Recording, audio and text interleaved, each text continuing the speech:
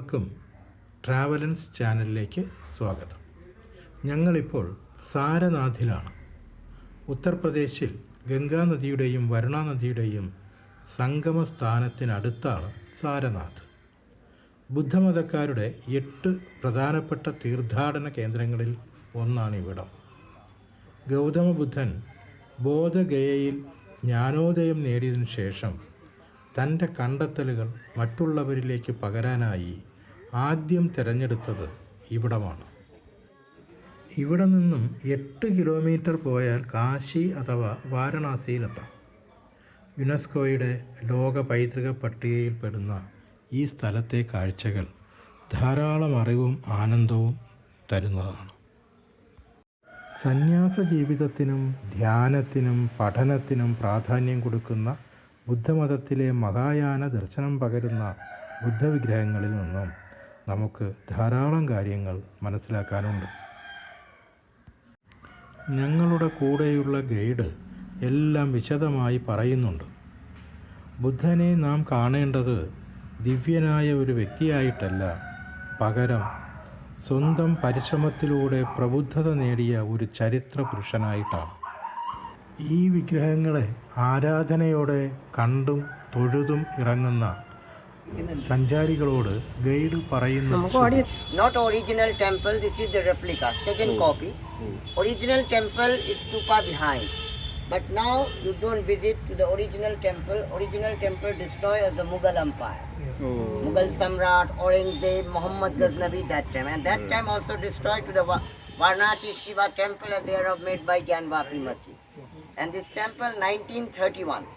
90 years old this temple, and 90 years ago to the whole of temple made by only 70,000 rupees. For that time is a lot of money. And temple inside, you've been to Buddha's statue, golden color. Single stone, no joints. Hinduism favorite color red, and Buddhism favorite color of golden, to the yellow color. To the every Buddhist places you've been to Buddha's statue, golden color. And half temple and half Vipassana center. And Buddha is the 2 places to the study. One of Nalanda University, one of Takshila. Takshila is the Pakistan, and Nalanda University, Bihar. And Nalanda University also destroyed as the Bakhtiyar Khilji 1190. And Buddha is the whole life to the state to India, but India is nothing Buddhism. Out of India is a lot of Buddhism for the Asian countries. 27 countries of follow Buddhism. China, Japan, Thailand, Burma, Sri Lanka, Tibet, Korea. There are 27 different countries of follow Buddhism. Then here started of Buddhism. Buddha birthplace Nepal, and Buddhism birthplace Sarnath. Then here start of Buddhism. And you know the Jain religion? Jainism and Buddhism same time. 35 years gap. First Buddha followed to Jain religion, but Jainism is a very, very tough religion. Jainism 2 group, Digambara and Shvetambara. Shvetambara Jain used for the white cloth and cover up mouth every time, and Digambara is the natural, naked, don't use for the cloth. Not directly naked, step by step. First 2 cloth, then after 1 cloth, then after 2 naked. Then after 2 practice to Nirvana. Nirvana means completely freedom. Depend your karma. Good karma, Nirvana, bad karma, rebind, Sansara, lot of rebirth. And Digambara Jain, never shower, never bath. Jain philosophy not important your body, important for your soul. Inside clean, body also clean. Jain philosophy, sky my blanket and earth my bed. And Digambara Jain, after sunset, no eating. No eat underground food, garnet, potato, no eating. No shape, pluck out one by one. It's a very, very tough religion of Jainism. And Buddhism also 2 groups. Hinayana, Mahayana. Hinayana Buddhists believe to the stupa, to inside Buddha relics. And Mahayana believe to the temple, to the inside Buddha statue. Jainism believe to the soul. Buddhism believe to the mind. And Buddhism not a religion. Buddhism is a philosophy, way of life. All religion is a way of life. And all religion to the come out to the Hinduism. The main pillar of the Hinduism, the small branches to the all religion. And that time, very heavy to the Buddhism, to the India. And that time, politics, Adi Guru Sankaracharya. He asked him, he incarnation of Vishnu. And that time stopped to the Buddhism, and Hinduism started. ഇന്ന് ലോകത്ത് ബുദ്ധൻ്റെ പാത പിന്തുടരുന്നവരുടെ എണ്ണം ലോക ജനസംഖ്യയുടെ 7%. ക്രിസ്തുവിന് മുമ്പ് തുടക്കം കുറിച്ച ഈ ദാർശനിക പാരമ്പര്യം ഏഷ്യൻ സമൂഹത്തിൽ വളരെയേറെ സ്വാധീനം ചെലുത്തിയിട്ടുണ്ട്. ഇന്നും ഏഷ്യയുടെ സംസ്കാരത്തിലും ആത്മീയതയിലും നിറഞ്ഞു നിൽക്കുന്നതധികവും ബുദ്ധൻ്റെ കാഴ്ചപ്പാടുകളാണെന്ന് സൂക്ഷ്മമായി നിരീക്ഷിക്കുന്നവർക്ക് ബോധ്യമാകും. 20-ാം നൂറ്റാണ്ടോടുകൂടി ഈ ദർശനത്തിൻ്റെ മഹത്വം പടിഞ്ഞാറൻ രാജ്യങ്ങളിലേക്കും വ്യാപിച്ചിട്ടുണ്ട്. ഇത്തരം കാര്യങ്ങൾ പാഠപുസ്തകങ്ങളിലൂടെയും മറ്റും നാം പഠിച്ചിട്ടുണ്ടെങ്കിലും അത് പൂർണ്ണമായും ഉൾക്കൊള്ളാനാവുന്നത് ഇവിടം കണ്ട് ഇവിടെയുള്ള വസ്തുക്കളും സ്ഥലങ്ങളും മനസ്സിലാക്കുമ്പോഴാണ്. ഇവിടം പലർക്കും അനുഭവപ്പെടുന്നത് ഒരു വിനോദസഞ്ചാര കേന്ദ്രത്തേക്കാൾ ഒരു വിജ്ഞാന കേന്ദ്രമായിട്ടാണ്. ചരിത്രത്തിന് ജീവൻ വയ്ക്കുന്നത് അനുഭവിക്കണമെങ്കിൽ ഇത്തരം ചരിത്രപ്രധാനമായ സ്ഥലങ്ങളിലെ കാഴ്ചകൾ കണ്ടറിയുക തന്നെ വേണം. 14 വർഷം കൊണ്ട് 2011 പണി പൂർത്തിയാക്കിയ ഇന്ത്യയിലെ ഏറ്റവും ഉയരം കൂടിയ ബുദ്ധ പ്രതിമയാണ് ഇവിടെ കാണുന്നത്.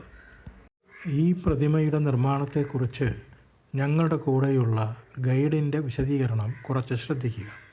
3 feet 9 inches and every part of joints to the small pieces, 843 stone joints there. Here. And that statue make a time 9 years is a long time to the making. 16 March 2011 opening, 10 years old. 10 years. And that is statue opening Thailand ex-Prime Minister. Thailand ex-Prime Minister. And there statue single rock, Gandhar Sali. 3 days destroy also dynamite.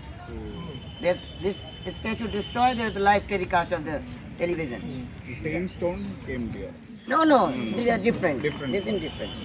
There are 3 statues, 2 statues destroyed, 1 statue is still. And there also village, then also the village area.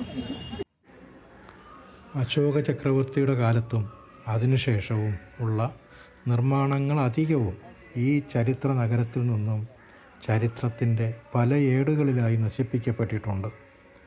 ചിലതിനെ നിലനിർത്തിയും പലതിനെയും പുനഃസൃഷ്ടിച്ചും സഞ്ചാരികൾക്ക് വിരുന്നൊരുക്കിയിരിക്കുന്നു. നമ്മുടെ പ്ലാവ് അടക്കമുള്ള പല ഫലവൃക്ഷങ്ങളും ഇവിടെ നട്ടു പരിപാലിച്ചിട്ടുണ്ട്. പൂക്കളും മരങ്ങളും പ്രതിമകളും കൊണ്ട് മനോഹരമായ ഈ പ്രദേശത്തെ ധന്യമാക്കുന്ന മറ്റൊരു കാഴ്ചയാണ് നമ്മുടെ അശോകസ്തംഭം. ഇവിടെ നാം കാണാൻ പോകുന്ന അശോകസ്തംഭത്തിലെ രൂപമാണ് നമ്മുടെ ദേശീയ പതാകയിലെ ചിഹ്നമായി 1947 ജൂലൈയിൽ അന്നത്തെ ഇന്ത്യയുടെ താൽക്കാലിക പ്രധാനമന്ത്രിയായിരുന്ന ശ്രീ ജവഹർലാൽ നെഹ്റു ഇന്ത്യൻ ഭരണഘടനാ അസംബ്ലിയിൽ നിർദ്ദേശിച്ചത്. ഗൈഡ് പറയുന്നത് original Ashoka pillar made by King Ashoka for Indian power symbol. And there are 4 faces, 4 direction, north, east, west and south. And 4 lion to the all together. This is the unity. And down are the 4 animals, elephants, lion, bull and horse. So the 4 animals were different signification and relative of Buddha. First of elephants. Buddha is the mother of pregnant, then Buddha is the mother of dream. White elephant then giving to the lotus flower. That's why to the elephant. Second of bull. Bull is the symbol of power. Third of horse. ബുദ്ധമത പ്രചാരണത്തിനായി അശോക ചക്രവർത്തി നിർമ്മിച്ച സ്തംഭത്തിൻ്റെ മുകളിൽ സ്ഥാപിച്ച ശില്പമാണ് ഇന്ന് നമ്മുടെ ദേശീയ ചിഹ്നം. ആ സ്തൂപം ഇപ്പോൾ സാരാനാഥ് കാഴ്ച ബംഗ്ലാവിലാണുള്ളത്.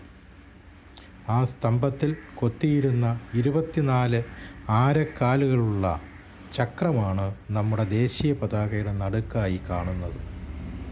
ഇവിടെ വന്ന് ഇതെല്ലാം കണ്ട് അറിയുമ്പോൾ നമ്മുടെ മഹത്തായ രാജ്യത്തിൻ്റെ ആത്മാവിലേക്ക് അടുക്കുന്നത് പോലൊരു തോന്നലുണ്ടാകും. ശ്രീബുദ്ധൻ തൻ്റെ ആശയങ്ങൾ ലോകത്തെ പഠിപ്പിക്കാൻ ആദ്യം തിരഞ്ഞെടുത്ത സ്ഥലമാണിവിടം. ഇതിനടുത്തുള്ള മാൻ പാർക്കിലെ ധമേക് സ്തൂപം എല്ലാ സഞ്ചാരികളുടെയും ഒരു സന്ദർശന കേന്ദ്രമാണ്. ആദ്യത്തെ 5 ശിഷ്യന്മാരെയും ബുദ്ധൻ പഠിപ്പിച്ചത് ഈ മാൻ പാർക്കിലെ ധമേക് സ്തൂപത്തിൽ വച്ചാണ്. ഇവിടെ ഇന്ന് നാം കാണുന്നത് പോലുള്ള 8 സ്തൂപങ്ങൾ കൂടി മുമ്പുണ്ടായിരുന്നു.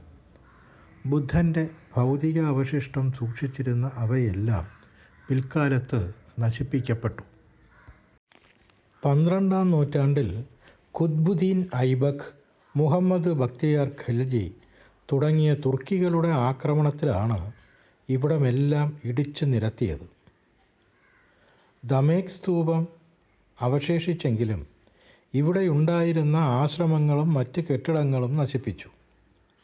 തുർക്കികൾ മാത്രമല്ല, ചില ബ്രാഹ്മണ വിഭാഗങ്ങളും പിൽക്കാലത്ത് ബുദ്ധമത പ്രചാരണം തടയാനായി ഇവിടുത്തെ നശീകരണത്തിന് കാരണക്കാരായിട്ടുണ്ടെന്നും ഞങ്ങളുടെ ഗൈഡ് വിശദീകരിക്കുന്നുണ്ടായിരുന്നു. ഇന്നിവിടെ കാണാൻ കഴിയുന്ന ദമേക് സ്തൂപം ഇഷ്ടികയും കല്ലും കൊണ്ടാണ് ഉണ്ടാക്കിയിരിക്കുന്നത്. 44ഓളം മീറ്റർ ഉയരവും 28 മീറ്റർ വ്യാസവും ഈ സ്തൂപത്തിനുണ്ട്. ഇപ്പോൾ ഇവിടെ കാണുന്ന ഈ ചെറിയ സ്തൂപങ്ങൾ അഥവാ ധ്യാന കേന്ദ്രങ്ങൾ ബുദ്ധമത വിശ്വാസികളായ തീർത്ഥാടകർ പണം നൽകിയുണ്ടാക്കിയ നേർച്ച സ്തൂപങ്ങളാണ്. BC 249 അശോക ചക്രവർത്തി ബുദ്ധൻ്റെ അവശിഷ്ടങ്ങൾ ശേഖരിച്ച് സൂക്ഷിക്കുന്നതിനായി ഉണ്ടാക്കിയ സ്തൂപങ്ങൾക്ക് മുമ്പ് ഇവിടെയുണ്ടായിരുന്ന സ്തൂപങ്ങളുടെ അടിത്തറകളും ഇവിടെയുണ്ട്. ബുദ്ധ-ജൈന വിശ്വാസികൾ ഭക്തി ആദരപൂർവ്വം സന്ദർശിക്കുന്ന ഈ ചരിത്രാവശിഷ്ടങ്ങളിലൂടെ കടന്നു പോകുമ്പോൾ നമ്മൾ ഭാരതീയ സംസ്കാരത്തിൻ്റെ ഉള്ളറകളിലാണ് എത്തുന്നത്. കൂടുതൽ കാഴ്ചാനുഭവങ്ങൾക്കായി ട്രാവലൻസ് ചാനൽ സബ്സ്ക്രൈബ് ചെയ്യുക.